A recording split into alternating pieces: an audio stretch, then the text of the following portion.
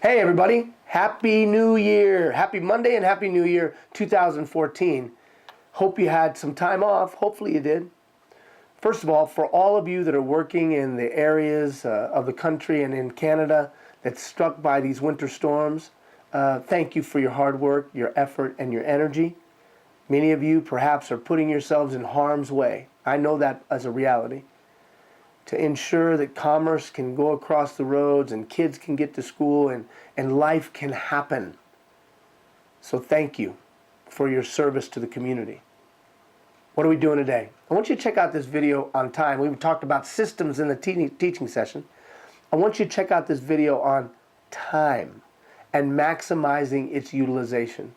I think it'll be good information for you. Let it sink into your head. Now, it's about 30 minutes long, so you have to watch it over a couple of day period.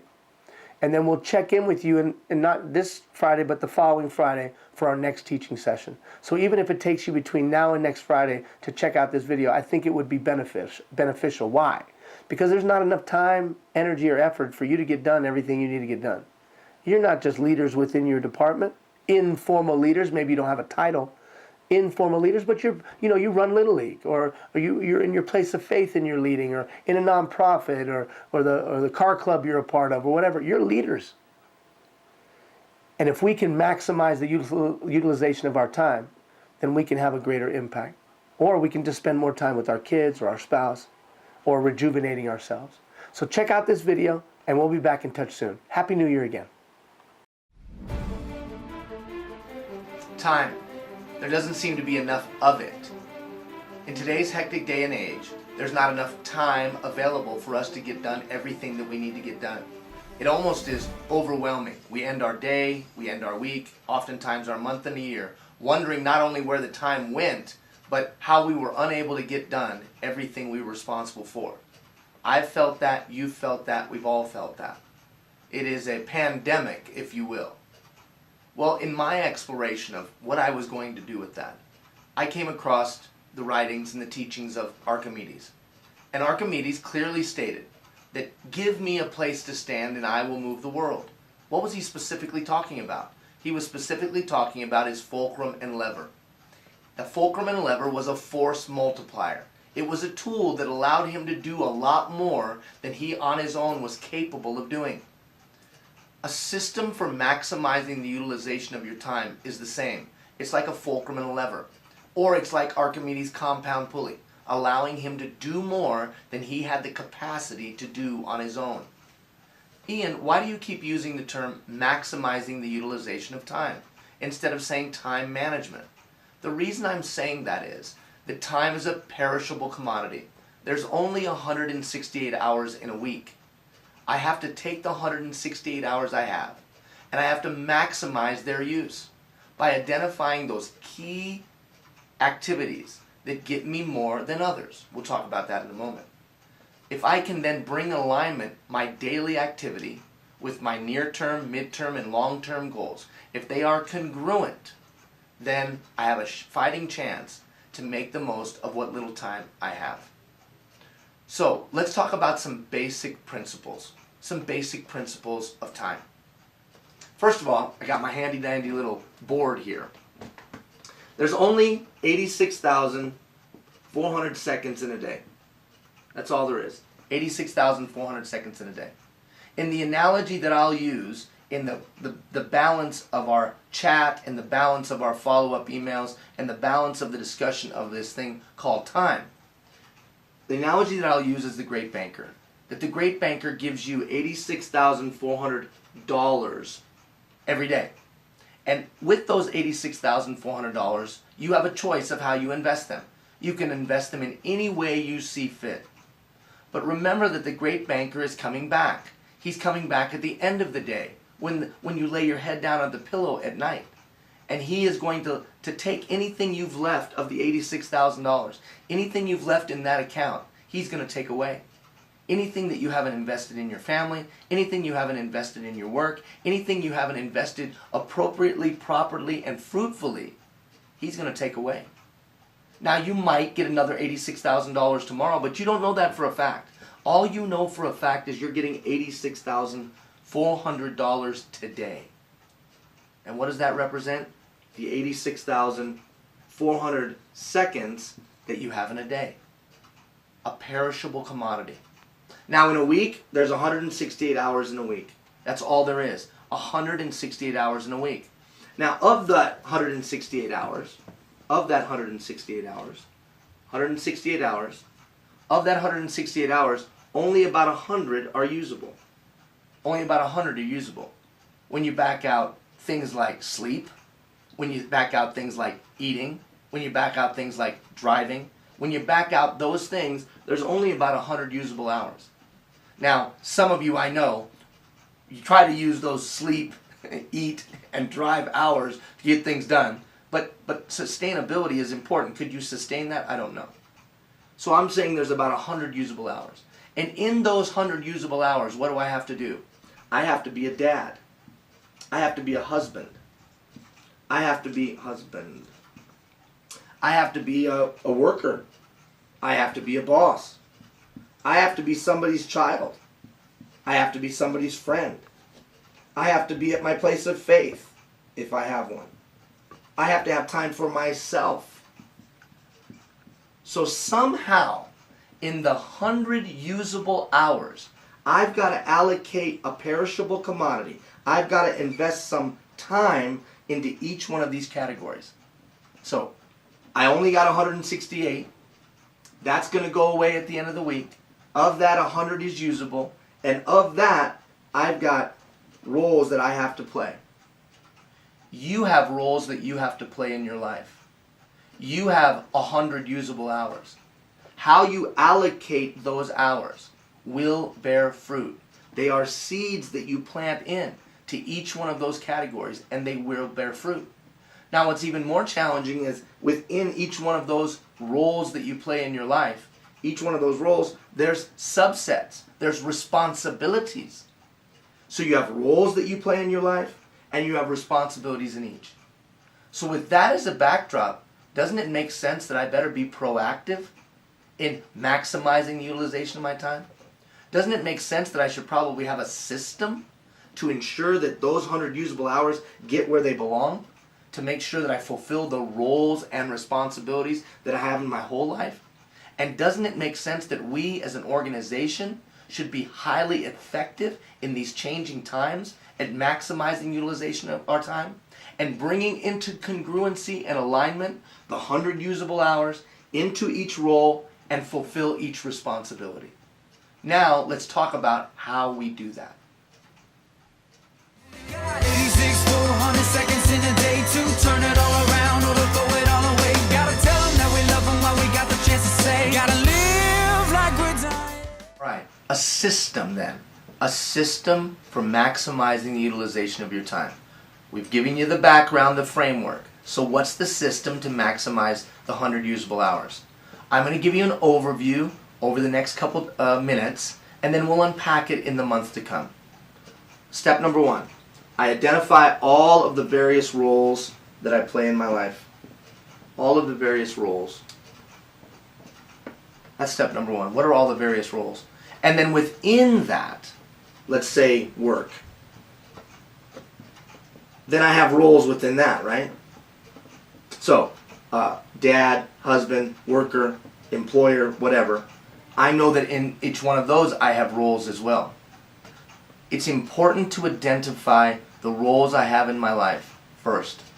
Then I identify the goals. The goals that I have in each one of those roles. So, roles, goals. Now, the key is, how am I going to invest my time to get from here to there?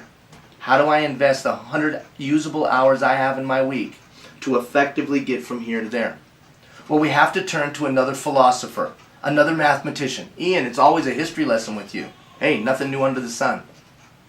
There was a guy named Pareto. Pareto had a simple law. Pareto said that in his observation, in his study, in his research, that 80% of the results came from 20% of the activity. That 80% of the results came from 20% of the activity. He called those high leverage activities. High leverage activities. I'll call them high return on investment activities. Those are the activities that when I put an hour in, it's like getting 5. When I put 30 minutes in, it's like getting 2 hours. They provide a maximum impact. If you stop and think, in each one of the roles that you play, in each one of those roles, there are some activities that give you a greater return on time invested, and there's some activities that give you a lower return on time invested. Step number 1, what are the roles that I play? Step number 2, what are the goals that I have in each role? Step number 3, what are those activities in those roles that give me a greater return? Maybe that's sitting with your employees and spending time. Maybe that's effective planning. I know in my personal life, with my wife, it's taking her to a Broadway show. Taking my wife to a Broadway show is a high return on investment activity. It's like 7 nights, 10 nights, 20 nights on the couch of watching Netflix.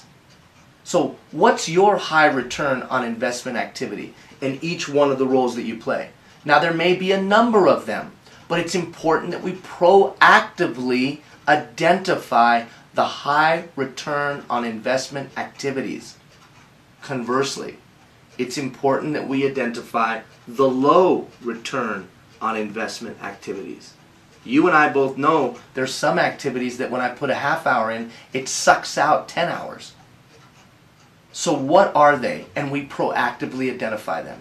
Now to recap, by proactively identifying the roles that I play, by identifying goals that I have in each one of those roles, and then by taking some time to identify the activities that get me closer there faster, and identifying the activities that I should avoid because they take me further away, I now have a fighting chance to put together a plan to maximize my time. Let's talk about the plan.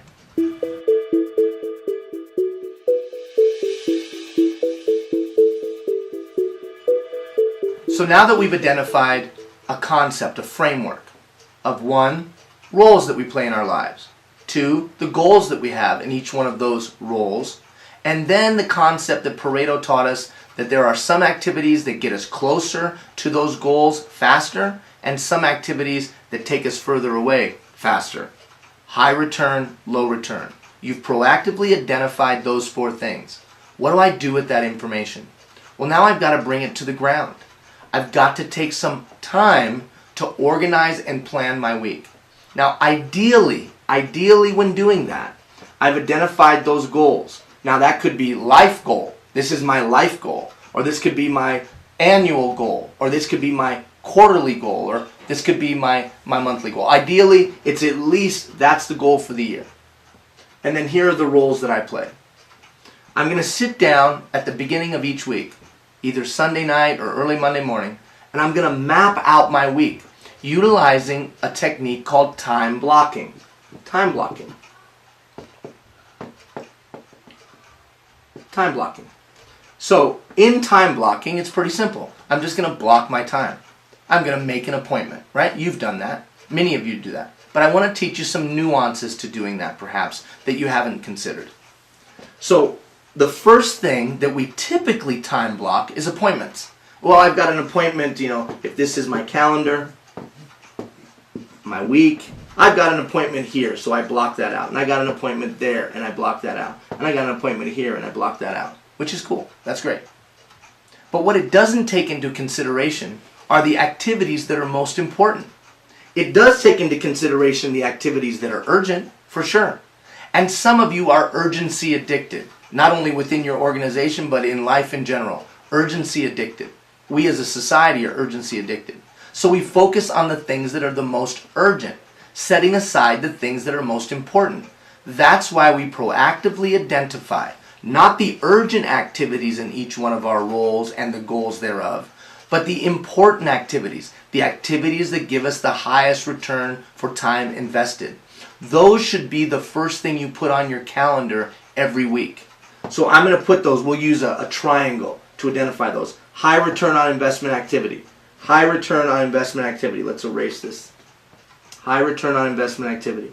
So we'll use the triangle as the high return on investment activity. I'm going to block those in first. Well, what do you mean?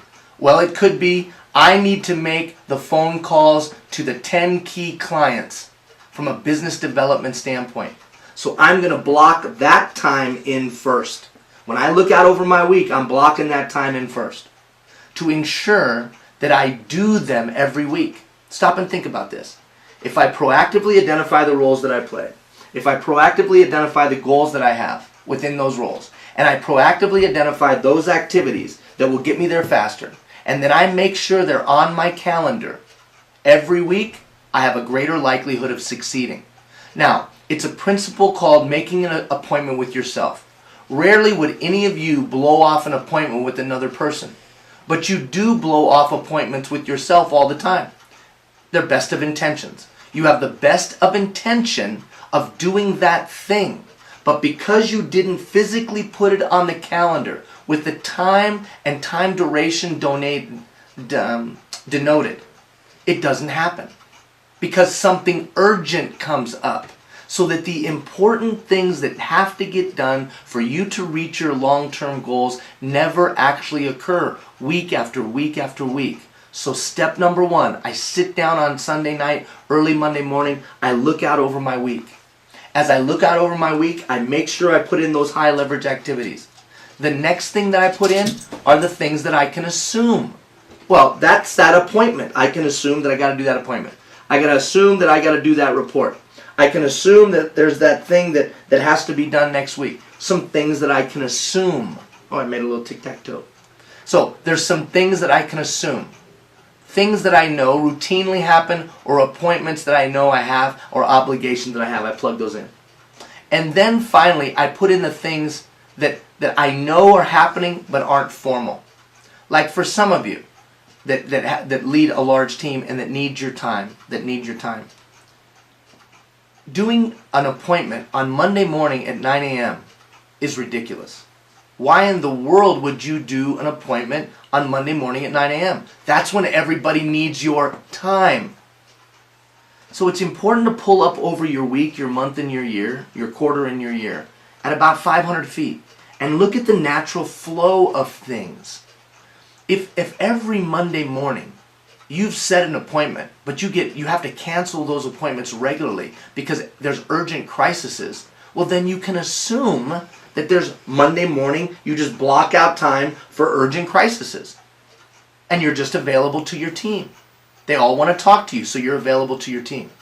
Now what happens when there isn't an urgent crisis, or they don't need 2 hours of your time? You just picked up time in your week because all that time wasn't necessary. Here's another one. Emails. Are you the kind of person that's on your BlackBerry, on your smartphone, answering emails throughout the day and then wondering where your time goes? Now, I realize in much of what you do need to respond to certain emails instantly. And I'm not saying you shouldn't scan your emails. But for me, I block out time to answer email. I might have a half hour in the morning. I might have a half hour in the midday. I might have a half hour in the evening to block out time for the things I know need to be done but aren't important. Time blocking, but taking it to another level. First, blocking in the high return on investment activities. Second, blocking in the routine activities. Third, blocking in the things I assume are going to happen. And then finally, taking a 500-foot level over my week and looking at the things that are natural flow. I block in my time. Now, I said finally, but second finally, make sure you leave some white space. Make sure that my calendar is not so jam-packed full that there's no white space. Why? Because without white space, I don't take into consideration the crisis, the thing that will just come up. Now, of course, over the coming days, we will delve more into this. We'll talk in more detail. Now let's talk about the tool that you need to be able to do this.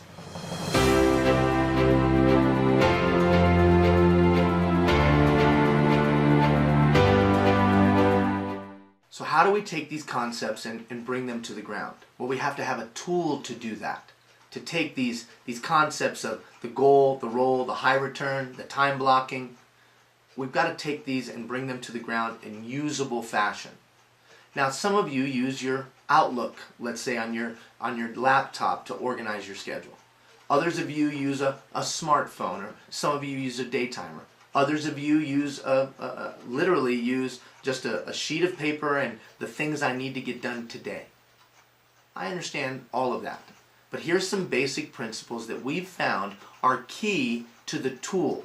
Because the tool is the landing gear, if you will, that bring all these high-level concepts to daily activity so that you can truly maximize the utilization of your time and ensure that the way you're using your time is congruent and in alignment with your long-term aspirations and goals.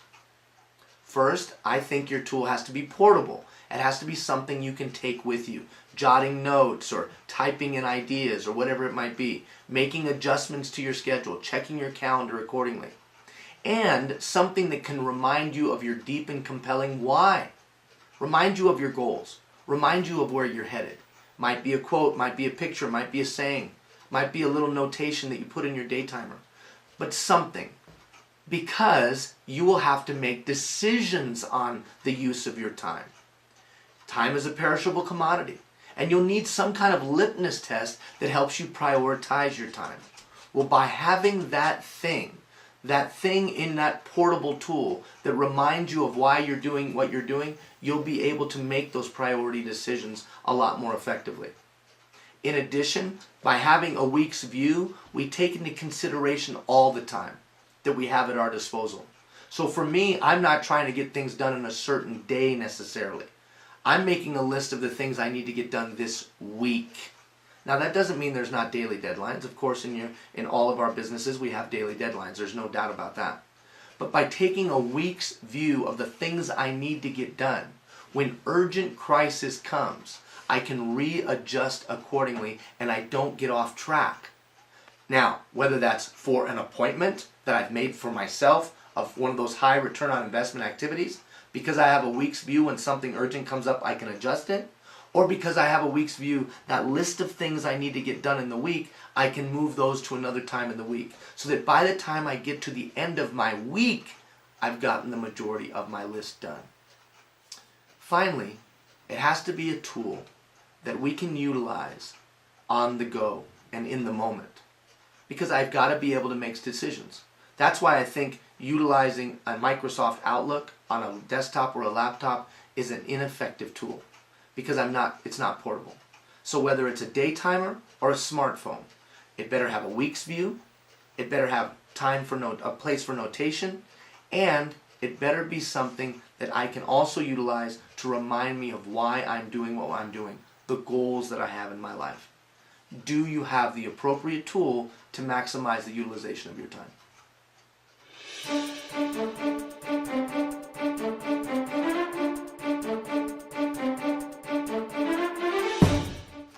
Alright, now we've got to put all that into action. We've got the concepts, we've got the ideas, we've got a tool. Now what do? I call it planning your work and working your plan. I think the most important thing that we can do in our hectic lives today is plan. It's the most important thing. It is the ultimate high leverage activity. Because time is a perishable commodity, you would be a fool to try to use it on the fly. What? You would be a fool to try to use it on the fly. If you're not sitting down and looking out at least at your week, I can't even understand why you'd think you'd be successful. Now, I'm not being disparaging. I'm just saying common sense dictates that because I'm utilizing a perishable commodity, I better do it proactively. So when I talk about planning your work and working your plan, what I'm talking about is sitting down regularly and mapping out how I'm going to use those $86,000 a day and that 168 hours in my week. As I mentioned earlier, that could be on a Sunday night, early Monday morning. I'm going to sit down and I'm going to take and reflect, how did my week before go? I'm going to look at my calendar of my week before. How did it go? And then I'm going to project what's coming up in my next week. What is it that I can anticipate? What is it that I have to set aside time for? In my personal life, in my professional life, in my philanthropic life, whatever. What do I need to map out? And then take the time to ensure that that's congruent with my quarterly goal, with my annual goal, or with my life goal. For me, it's about knowing where I'm headed lifetime-wise and then working my way backwards to what am I doing this hour. That's the simplicity of it. But the doing of it is sitting down every week, reflecting what was my past week like and projecting what will my next week be like daily. Then I take my daily activity. Once I've mapped that out, and at the beginning of every day, I'm going to review my calendar. I'm going to review, has anything changed? Do I need to make adjustments? Some of the activities that I've planned no longer as important as I thought. Do I need to adjust those because other things override? Do I need to put them somewhere else in the week? So I take that 10-15 minutes to review my calendar. I even go to the place where I'm going to visualize what some of those meetings are going to be like. What some of those meetings are going to, the results are going to be. Who am I dealing with? What's their communication style? Some of the things that we've talked about in the past. I plan that week to ensure that it's congruent with my near-term, mid-term, and long-term goals. I plug in those high return on activity first, and then so on, as we discussed earlier. Then on a daily basis, I review that to ensure that I'm still in alignment with where I need to be. And then finally, at the end of that week, I can reflect and then project again. That planning my work and working my plan, I think, is the most important thing you can do in your week.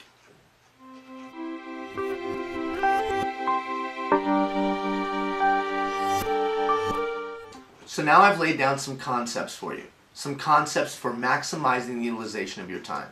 But there's no way humanly possible that in 22 minutes or so that I could lay down for you all of the key ingredients. There's no way. And there's certainly no way you could take that information and make it a part of your 80% of your unconscious behavior, your habits. There's no way. That's why over the coming weeks, we're going to take the time to teach these things to you to make them a part of your practical toolkit. The only way you're going to make it is that you have a sound system for maximizing the use of your time. Ian, I don't like your system. Well, that's fine. I don't care if you like my system. You better have a system. So whether you like mine or you use another, do you have a system to maximize the utilization of your time? Can you take the 168 hours you have and 100 usable hours that you have in your week, and are they in alignment with the activities that you need to reach your near-term, mid-term, and long-term goals in all the roles that you play in your life? Or are you a subject to the wind of time as it blows here and there? And are you urgency addicted, only focusing on those activities that are urgent at the moment and leaving aside the activities that are important and that will bear long-term fruit? Only you can answer these questions.